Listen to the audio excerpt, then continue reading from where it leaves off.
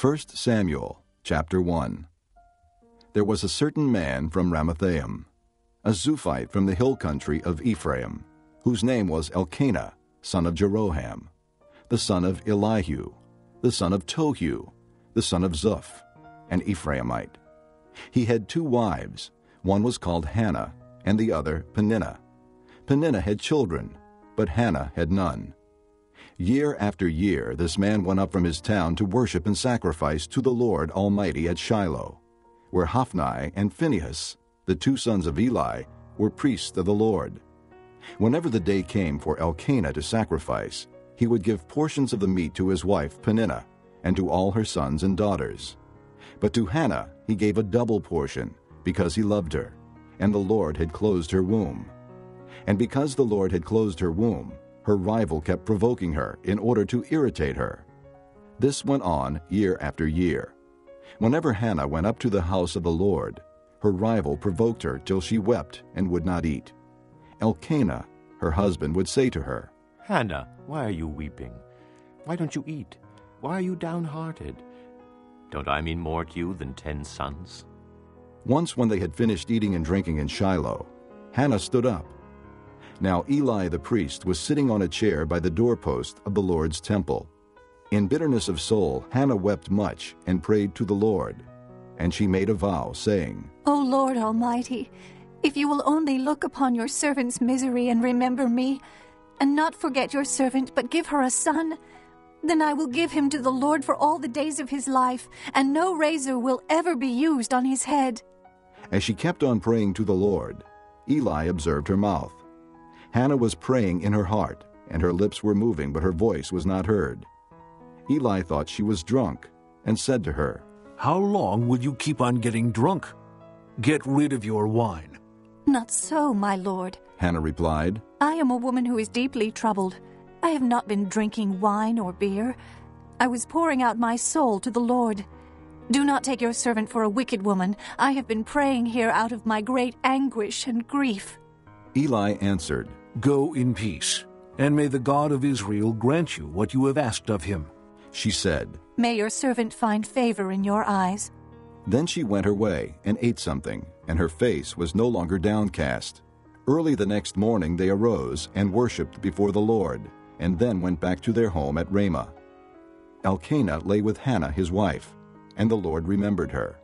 So in the course of time Hannah conceived, and gave birth to a son. She named him Samuel, saying, Because I asked the Lord for him. When the man Elkanah went up with all his family to offer the annual sacrifice to the Lord and to fulfill his vow, Hannah did not go. She said to her husband, After the boy is weaned, I will take him and present him before the Lord, and he will live there always. Do what seems best to you. Elkanah her husband told her. Stay here until you have weaned him. Only may the Lord make good his word.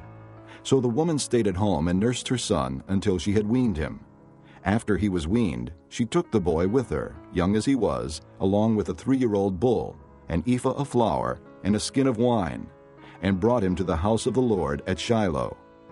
When they had slaughtered the bull, they brought the boy to Eli, and she said to him, As surely as you live, my Lord, I am the woman who stood here beside you praying to the Lord. I prayed for this child, and the Lord has granted me what I asked of him. So now I give him to the Lord. For his whole life he will be given over to the Lord. And he worshipped the Lord there. Chapter 2. Then Hannah prayed and said, My heart rejoices in the Lord. In the Lord my horn is lifted high. My mouth boasts over my enemies, for I delight in your deliverance. There is no one holy like the Lord. There is no one besides you. There is no rock like our God. Do not keep talking so proudly, or let your mouth speak such arrogance, for the Lord is a God who knows, and by him deeds are weighed. The bows of the warriors are broken, but those who stumbled are armed with strength. Those who were full hire themselves out for food, but those who were hungry hunger no more. She who was barren has borne 7 children, but she who has had many sons pines away. The Lord brings death and makes alive. He brings down to the grave and raises up. The Lord sends poverty and wealth. He humbles and he exalts. He raises the poor from the dust and lifts the needy from the ash heap. He seats them with princes and has them inherit a throne of honor. For the foundations of the earth are the Lord's. Upon them he has set the world. He will guard the feet of his saints, but the wicked will be silenced in darkness. It is not by strength that one prevails. Those who oppose the Lord will be shattered. He will thunder against them from heaven. The Lord will judge the ends of the earth. He will give strength to his king and exalt the horn of his anointed. Then Elkanah went home to Ramah, but the boy ministered before the Lord under Eli the priest. Eli's sons were wicked men. They had no regard for the Lord. Now it was the practice of the priests with the people that whenever anyone offered a sacrifice, and while the meat was being boiled, the servant of the priest would come with a three-pronged fork in his hand. He would plunge it into the pan or kettle or cauldron or pot, and the priest would take for himself whatever the fork brought up. This is how they treated all the Israelites who came to Shiloh. But even before the fat was burned, the servant of the priest would come and say to the man who was sacrificing, "Give the priest some meat to roast. He won't accept boiled meat from you, but only raw." If the man said to him, "Let the fat be burned up first, and then take whatever you want," the servant would then answer, "No, hand it over now. If you don't, I'll take it by force." This sin of the young men was very great in the Lord's sight, for they were treating the Lord's offering with contempt. But Samuel was ministering before the Lord, a boy wearing a linen ephod. Each year his mother made him a little robe and took it to him when she went up with her husband to offer the annual sacrifice. Eli would bless Elkanah and his wife, saying, "May the Lord give you children by this woman to take the place of the one she prayed for and gave to the Lord." Then they would go home, and the Lord was gracious to Hannah. She conceived and gave birth to 3 sons and 2 daughters. Meanwhile, the boy Samuel grew up in the presence of the Lord. Now Eli, who was very old, heard about everything his sons were doing to all Israel, and how they slept with the women who served at the entrance to the tent of meeting. So he said to them, "Why do you do such things? I hear from all the people about these wicked deeds of yours. No, my sons, it is not a good report that I hear spreading among the Lord's people. If a man sins against another man, God may mediate for him. But if a man sins against the Lord, who will intercede for him?" His sons, however, did not listen to their father's rebuke, for it was the Lord's will to put them to death. And the boy Samuel continued to grow in stature and in favor with the Lord and with men. Now a man of God came to Eli and said to him, "This is what the Lord says. Did I not clearly reveal myself to your father's house when they were in Egypt under Pharaoh? I chose your father out of all the tribes of Israel to be my priest, to go up to my altar, to burn incense, and to wear an ephod in my presence. I also gave your father's house all the offerings made with fire by the Israelites. Why do you scorn my sacrifice and offering that I prescribed for my dwelling? Why do you honor your sons more than me by fattening yourselves on the choice parts of every offering made by my people Israel? Therefore the Lord, the God of Israel, declares, I promised that your house and your father's house would minister before me forever. But now the Lord declares, Far be it from me. Those who honor me I will honor, but those who despise me will be disdained. The time is coming when I will cut short your strength and the strength of your father's house, so that there will not be an old man in your family line, and you will see distress in my dwelling. Although good will be done to Israel, in your family line there will never be an old man. Every one of you that I do not cut off from my altar will be spared only to blind your eyes with tears and to grieve your heart, and all your descendants will die in the prime of life. And what happens to your two sons, Hophni and Phinehas, will be a sign to you. They will both die on the same day. I will raise up for myself a faithful priest, who will do according to what is in my heart and mind. I will firmly establish his house, and he will minister before my anointed one always. Then everyone left in your family line will come and bow down before him for a piece of silver and a crust of bread, and plead, Appoint me to some priestly office so I can have food to eat. Chapter 3. The boy Samuel ministered before the Lord under Eli. In those days the word of the Lord was rare. There were not many visions. One night Eli, whose eyes were becoming so weak that he could barely see, was lying down in his usual place. The lamp of God had not yet gone out, and Samuel was lying down in the temple of the Lord, where the ark of God was. Then the Lord called Samuel. Samuel answered, "Here I am." And he ran to Eli and said, "Here I am. You called me." But Eli said, I did not call. Go back and lie down. So he went and lay down. Again the Lord called, Samuel. And Samuel got up and went to Eli and said, "Here I am. You called me." My son, Eli said, I did not call. Go back and lie down. Now Samuel did not yet know the Lord. The word of the Lord had not yet been revealed to him. The Lord called Samuel a third time. And Samuel got up and went to Eli and said, "Here I am. You called me." Then Eli realized that the Lord was calling the boy. So Eli told Samuel, Go and lie down, and if he calls you, say, Speak, Lord, for your servant is listening. So Samuel went and lay down in his place. The Lord came and stood there, calling as at the other times, Samuel, Samuel. Then Samuel said, "Speak, for your servant is listening." And the Lord said to Samuel, See, I am about to do something in Israel that will make the ears of everyone who hears of it tingle. At that time, I will carry out against Eli everything I spoke against his family, from beginning to end. For I told him that I would judge his family forever because of the sin he knew about.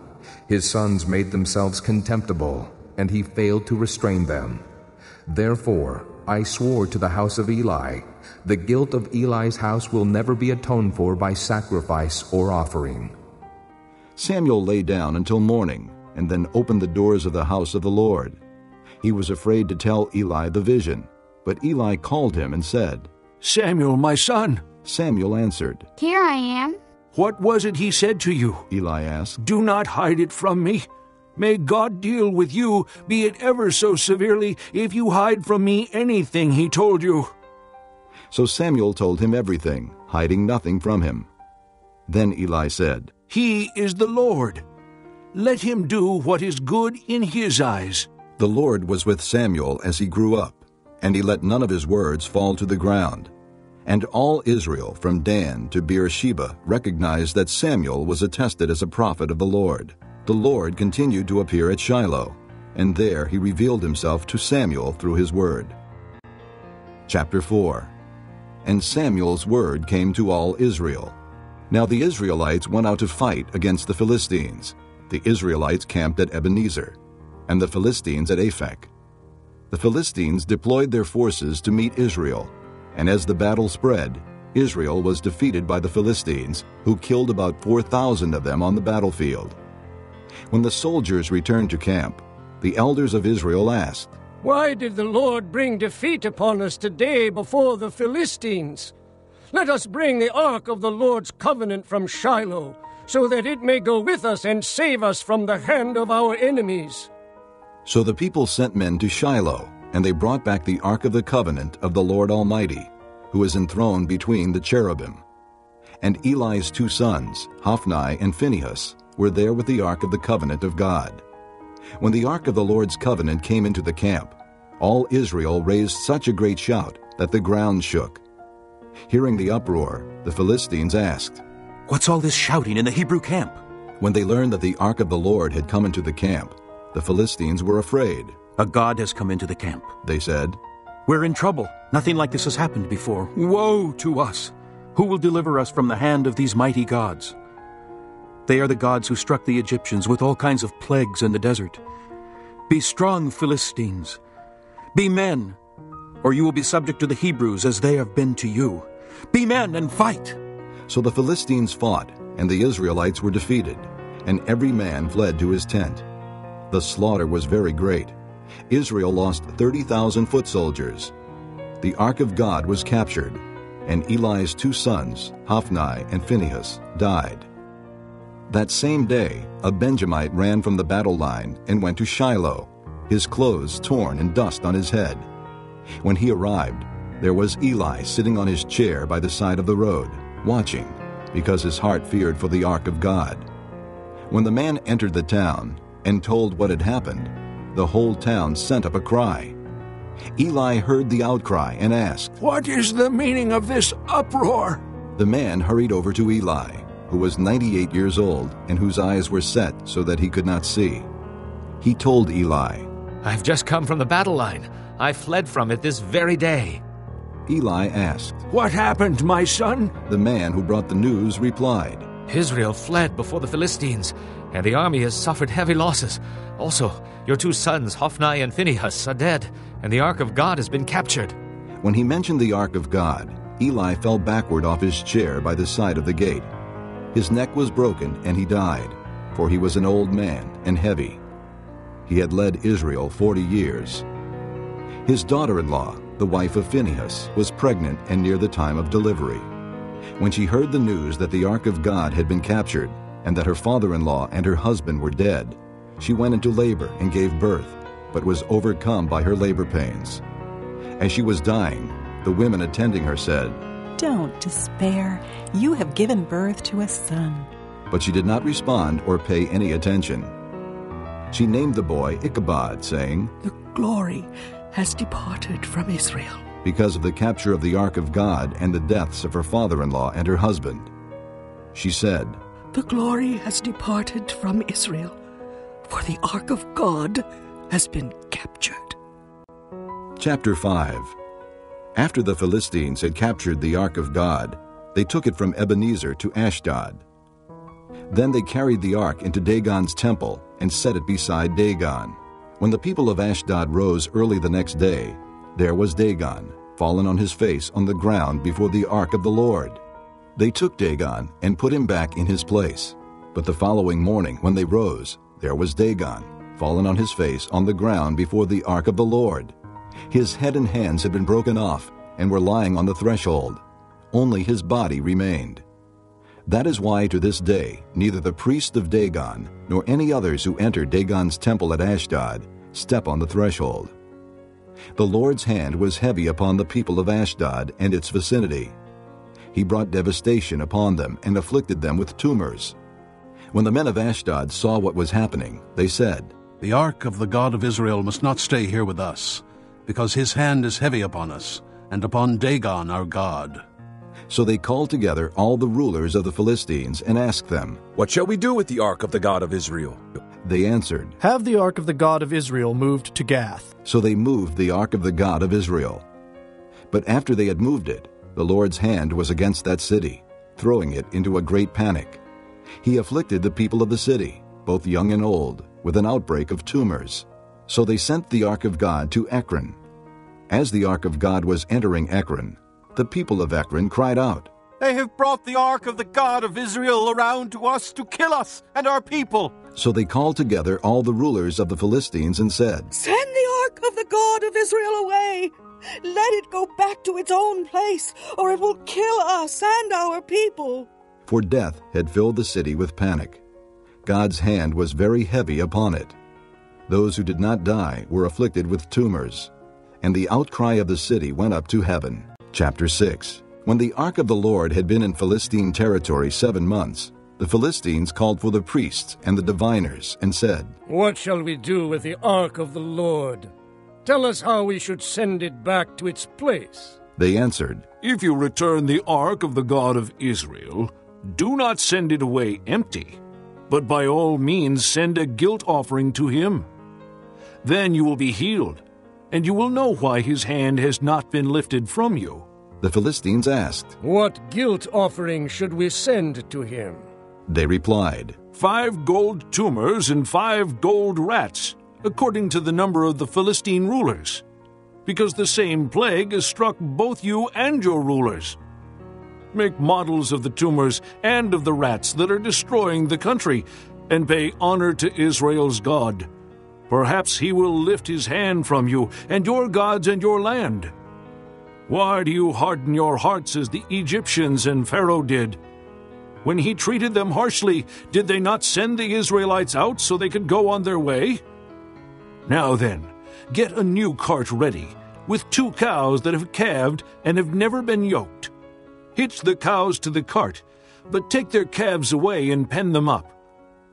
Take the ark of the Lord and put it on the cart, and in a chest beside it put the gold objects you are sending back to him as a guilt offering.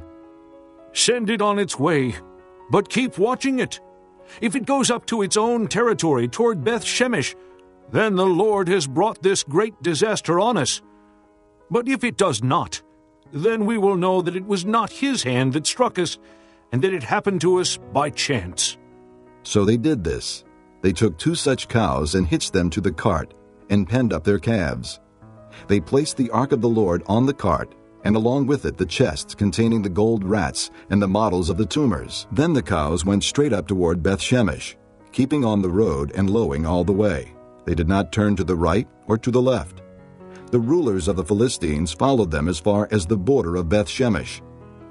Now the people of Beth-Shemesh were harvesting their wheat in the valley, and when they looked up and saw the ark, they rejoiced at the sight.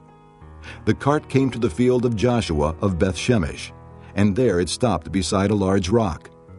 The people chopped up the wood of the cart and sacrificed the cows as a burnt offering to the Lord. The Levites took down the ark of the Lord, together with the chest containing the gold objects, and placed them on the large rock. On that day the people of Beth-Shemesh offered burnt offerings and made sacrifices to the Lord. The 5 rulers of the Philistines saw all this, and then returned that same day to Ekron.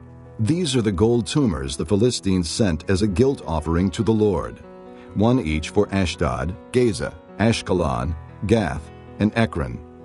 And the number of the gold rats was according to the number of Philistine towns belonging to the 5 rulers, the fortified towns with their country villages. The large rock, on which they set the ark of the Lord, is a witness to this day in the field of Joshua of Beth-Shemesh. But God struck down some of the men of Beth-Shemesh, putting 70 of them to death, because they had looked into the ark of the Lord. The people mourned because of the heavy blow the Lord had dealt them. And the men of Beth-Shemesh asked, "Who can stand in the presence of the Lord, this holy God? To whom will the ark go up from here?" Then they sent messengers to the people of Kiriath-Jearim, saying, "The Philistines have returned the ark of the Lord. Come down and take it up to your place." Chapter 7. So the men of Kiriath-Jearim came and took up the ark of the Lord. They took it to Abinadab's house on the hill, and consecrated Eleazar his son to guard the ark of the Lord. It was a long time, 20 years in all, that the ark remained at Kiriath-Jearim, and all the people of Israel mourned and sought after the Lord. And Samuel said to the whole house of Israel, "If you are returning to the Lord with all your hearts, then rid yourselves of the foreign gods and the Ashtoreths, and commit yourselves to the Lord, and serve him only. And he will deliver you out of the hand of the Philistines." So the Israelites put away their Baals and Ashtoreths, and served the Lord only. Then Samuel said, "Assemble all Israel at Mizpah, and I will intercede with the Lord for you." When they had assembled at Mizpah, they drew water and poured it out before the Lord. On that day they fasted, and there they confessed, "We have sinned against the Lord." And Samuel was leader of Israel at Mizpah. When the Philistines heard that Israel had assembled at Mizpah, the rulers of the Philistines came up to attack them. And when the Israelites heard of it, they were afraid because of the Philistines. They said to Samuel, "Do not stop crying out to the Lord our God for us, that he may rescue us from the hand of the Philistines." Then Samuel took a suckling lamb and offered it up as a whole burnt offering to the Lord. He cried out to the Lord on Israel's behalf, and the Lord answered him.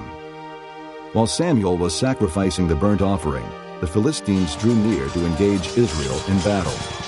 But that day the Lord thundered with loud thunder against the Philistines, and threw them into such a panic that they were routed before the Israelites. The men of Israel rushed out of Mizpah and pursued the Philistines, slaughtering them along the way to a point below Beth-Kar. Then Samuel took a stone and set it up between Mizpah and Shen.